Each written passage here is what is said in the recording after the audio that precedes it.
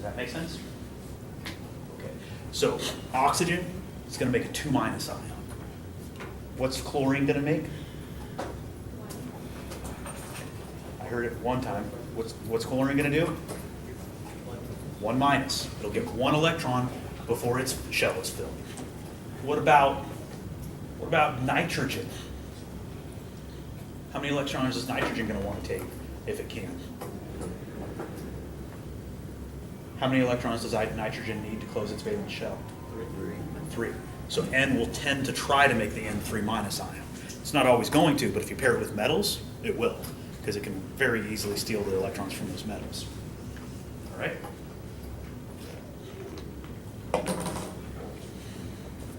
Okay.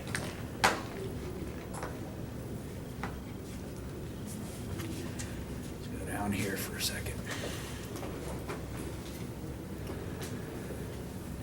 So these questions here, B, give us a name of a non-metal that forms anions by gaining 2 electrons, right? No. The table before, we know that oxygen does that, sulfur does that.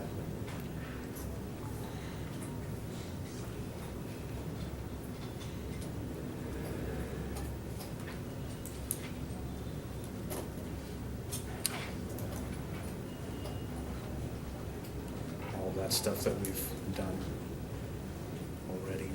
Now here's one that you definitely should practice, because I'm going to stick one of these on the exam.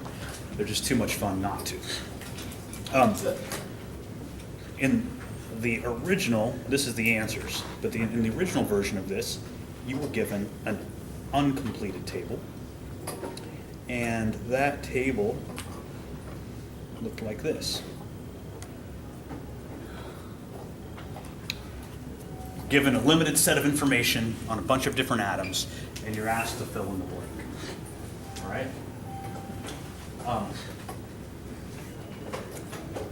Let's look at this column right here. Top, we're talking about the 1, 2, 3, 4th column over, where you've got the 33 protons, a 0 charge, and a mass number of 76. Filling out the first row, we need to give that element a symbol, right? Well, we have to know what to know the symbol of the element. What determines symbol or element type? Atom type? Atomic weight? What's that? Atomic weight? Not quite. What determines the, okay, let me rephrase that question. What determines the electrical behavior of an atom? Or the Number of electrons. The way I was hoping you'd answer it is protons, because the number of protons in the nucleus is going to determine how many electrons the atom can attract. And the number of electrons outside of an atom will change. It'll change all the time depending on what other atom types are around. It might lose electrons in bonding, or it might gain electrons in bonding. But what's not going to change about the atom is how many protons it has in its nucleus, unless it's undergoing some kind of nuclear process, but we're not going to give you those kinds of problems. And so it's the amount of positive charge that's in the nucleus that determines the electrical behavior of the atom. And so you need to look up there and say, okay, well, I've got 33 protons. Which of my elements has 33 protons? Come over here to your table. You look at element number 33, AS. I don't even know what that word is. Arsenic. You're not supposed to eat that, right? Yes. You are supposed to eat it? No. So this guy's arsenic. If it's got 33 protons, it's arsenic. Okay? So back to the problem. We would write AS in there. Now, the next thing that we don't know about the element in this column is the number of neutrons. What do we know that will allow us to calculate the number of neutrons?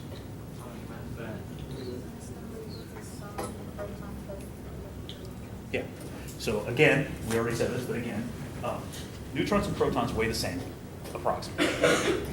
Electrons weigh almost nothing. And so we've adopted this mass number, which is the sum of the number of protons and neutrons, because that number will give us a very good estimate of what the mass of that atom is going to be. Mass number is 76. So we have 76 particles when we sum the protons and the neutrons together. We know that 33 of them are protons. And so what's 76 minus 33? It's 43. 43 of them must be neutrons. So you would write right in that column 43. 43 neutrons. All right?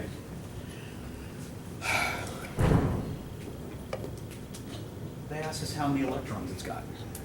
What other piece of information do they give us that allows us to determine the number of electrons? Charge. Charge. We got 33 protons. It's a neutral atom, and so the protons and electrons must be equal. So you write in 33 as the number of electrons. You can proceed with every single one of these columns and fill in the blanks. And by the time you're finished, if you've done all your math right, you'll have all of the proton, neutron, electron, and charge and mass number information for all of the species. I think at the end of this, they ask you whether or not any of these are isotopes. If they're isotopes, what is true? They have more neutrons. Huh? They have more neutrons. They have the same number of protons, so isotopes have the same electrical behavior, but different masses. This means that they have the same number of protons, but they have different numbers of neutrons. And so, you're right, you'd go up there and you would look at the proton numbers. Any species in this table that had the same proton number would be isotopes, as long as their neutron number was different. If they had the same proton number and the same neutron number, they'd be the same exact atom. So, do this problem. There will be one on the exam.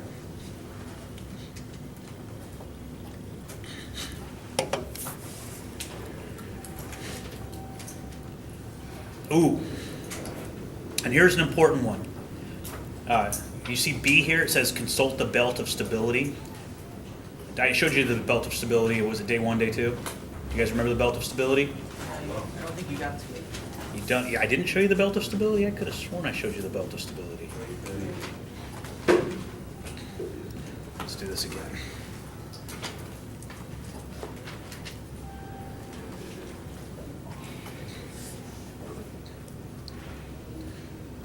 I love Google. I just hope nobody comes in and tries to roast me for putting their images up in front of the classroom. Maybe I shouldn't say that out loud in front of YouTube. All right. So the belt of stability shows you what proton to neutron ratios result in stable atoms. Outside of certain ranges of protons and neutrons, you end up with unstable material that undergoes nuclear processes. But as long as the protons and neutrons are within a certain range, it'll be stable. So on the x-axis here is the proton number, and on the y-axis is the neutron number. And if you see all these little dots, all those dots are atoms that have, if you're looking at dots that are in a column, all of those dots in the column have the same proton number, but different neutron numbers. As you're going up on these dots, these guys are having more and more and more neutrons. Every one that's a black dot is an actual stable atom type. But if you get outside of the ranges of those black dots, either above or below the required ratios, you're going to have an unstable atom. Notice that the 1-to-1 line, this is the line that you follow, so it's 1 proton for every 1 neutron. You only have stable atoms with those ratios at the very beginning, the very small atoms. Once you start building the bigger atoms, you end up needing more neutrons than protons. That's why that thing slopes above a 1-to-1 slope as you move up. And so we'll give you a belt of stability on the test. Well, you'll have the belt of stability to consult, and you will have maybe a table like this where you'll know how many protons and how many neutrons are present. You need to go look at that belt of stability, walk down the x-axis, figure out how many protons you've got, and then walk up the y-axis and figure out how many neutrons you got, and then consult the belt of stability and see whether or not that's a stable ratio. If it's not, you're going to answer that this is an unstable atom type. If it is a stable ratio, then you're going to say it's a stable atom type.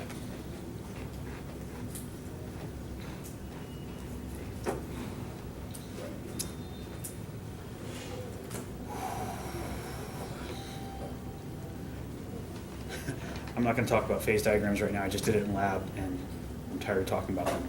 I'll talk about them later in lecture.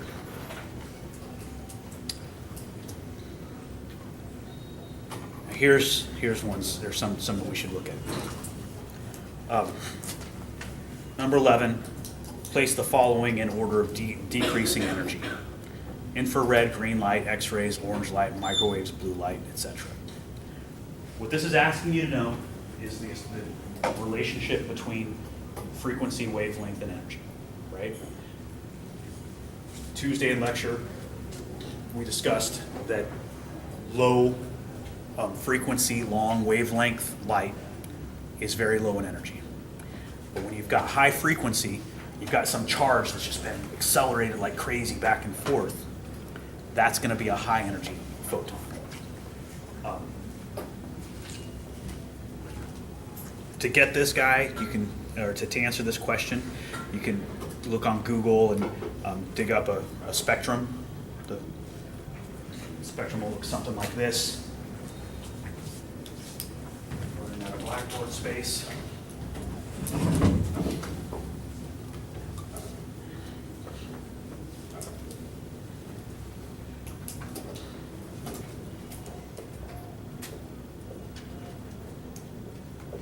Visible region in the spectrum at the high energy end will have 500 nanometer blue light.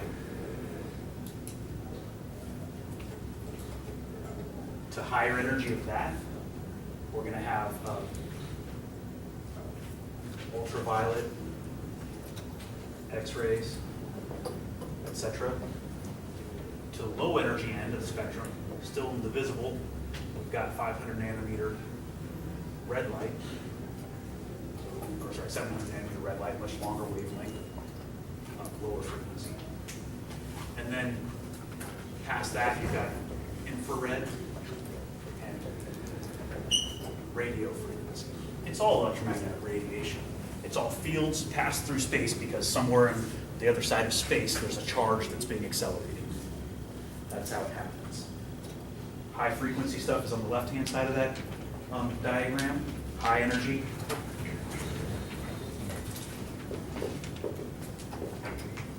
And on the right-hand side, low energy.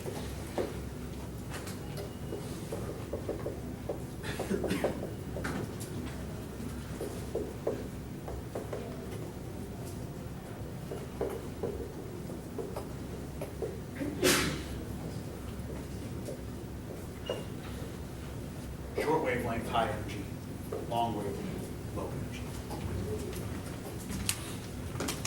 So be able to make those differentiations. If I were to ask you which light was more energetic, green or orange, and you saw that they fell in those two respective positions on the table, which one would you say was more energetic? Green. The orange stuff kind of shifted towards the red end of the spectrum, longer wavelength, lower frequency, lower energy than the green. You got to be able to do one of these calculations. If I give you the wavelength of a photon, you need to be able to turn that wavelength into an energy. The equation that you're going to use for that is, put this on the board before, but it's E is equal to HC over lambda. Now, H is Planck's constant. It's 6.626 times 10 to the negative 34 joules times second.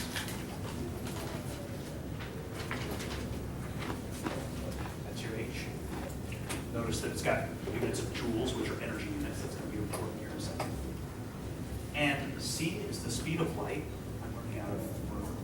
The speed of light is 2.998 times 10 to the 8 meters per second. And your wavelength for this energy calculation will have to be in units of meters. So we'll just write lambda of meters. Here's why.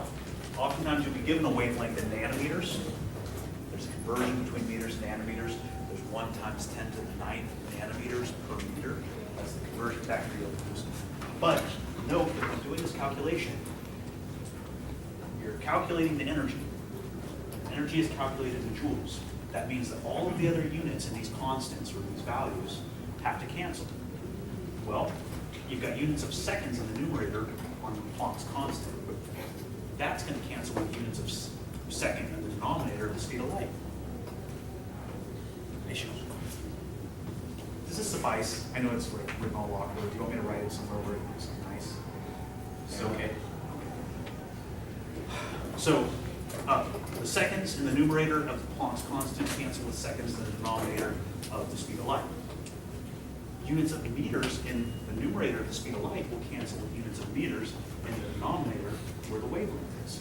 And so as long as your wavelength is written in units of meters, then that's going to cancel with the meters and the speed of light. When everything else is fine, you're left only with units of joules. So if you see a problem like this, where you're asked to convert from, wavelength to energy, then just plug them in, make sure that everything's in units of meters, all of your distances are in units of meters, and it'll spit out the correct energy. You also need to be able to move backwards in that calculation. If I gave you the energy of a photon, you would have to be able to tell me what its wavelength or its frequency was by back calculated using Planck's constant, the speed of light. You will definitely see problems like that in the exam situation. Boy, this thing goes by fast, huh?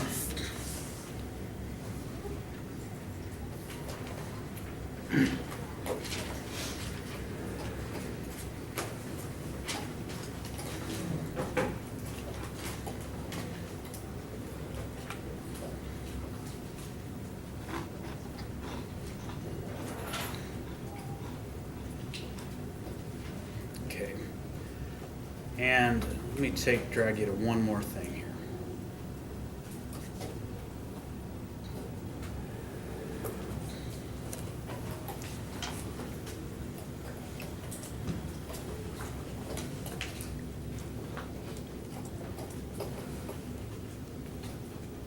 Just like that.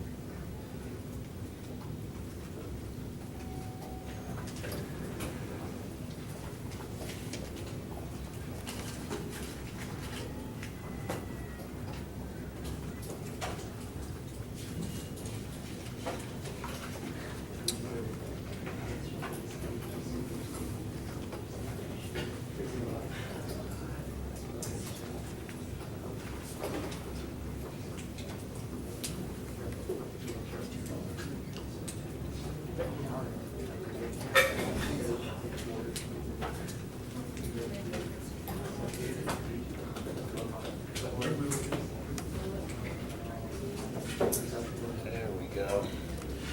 All right, so if you look on iLearn, I haven't quite gotten this problem transferred into the regular notes yet, but it's still present in the kind of scratch notes that I used last semester. This problem asks you to identify, and it's right along the lines of what we're doing here with the energy equation. It asks you to identify the energy and the wavelength of a photon that would be expected in a transition with the hydrogen atom. Now, in Tuesday's lecture, I ended up showing you how the Bohr model came up with an equation that said that the energy of an electron, or the energy of a hydrogen atom, was equal to 2.179 times 10 to the negative 18 times 1 over n initial minus 1 over n final. So I didn't actually get as far as that equation, but what I did was I set up the actual energy, and the energy of an atom was negative 2.179 times 10 to the negative 18 over 1 or times 1 over n squared, where n is the orbital number that the electron is in. So again, with hydrogen atoms, we had a few different energy levels available to the electron. You got a proton in the nucleus, and we have this one orbital out here called the n equals 1. And that was the orbital where the distance around the orbital was equal to 1 electron wavelength. Remember that? Bohr said that for these electrons to be stable in their orbit, they had to be an integral number of wavelengths for their path around the nuclei. So the n equals 1 was the lowest energy orbital. And you have n equals 2, where there were 2 wavelengths, 2 integral wavelengths around that orbit. Then you had n equals 3, where there were 3 wavelengths. Well, what I'll end up doing is I'll give some random transition. I'll say you've got an electron that begins at the n equals 3 level of hydrogen and goes down to the n equals 1. Tell me what wavelength of photon is going to be emitted during that transition. Now, you would know by consulting the energies of these 2 different orbital levels, different orbitals, that the n equals 3 is higher in energy than the n equals 1. Right? It's got a further separation from the nucleus, so it's at a higher electrical potential. And therefore, if you move from high energy to low energy, the system releases energy in the form of a photon. The energy of that photon is going to be equal to whatever you calculate up here. Delta E is 2.179 times 10 to the negative 18, that's joules, times 1 over n initial minus 1 over n final. Plug that in, plug in your initial and your final, you'll determine what your joules are. Once you know what the energy is in joules, you can use this equation to back calculate the wavelength, and the wavelength, or the frequency, is simply speed of light divided by the wavelength, so you can also get the frequency from that calculation. I didn't really do that justice, but the clock's ticking, and I'm gonna talk about this later anyhow. So go get on smart work, start digging into that, but definitely move through the part of the practice exam that we moved through today.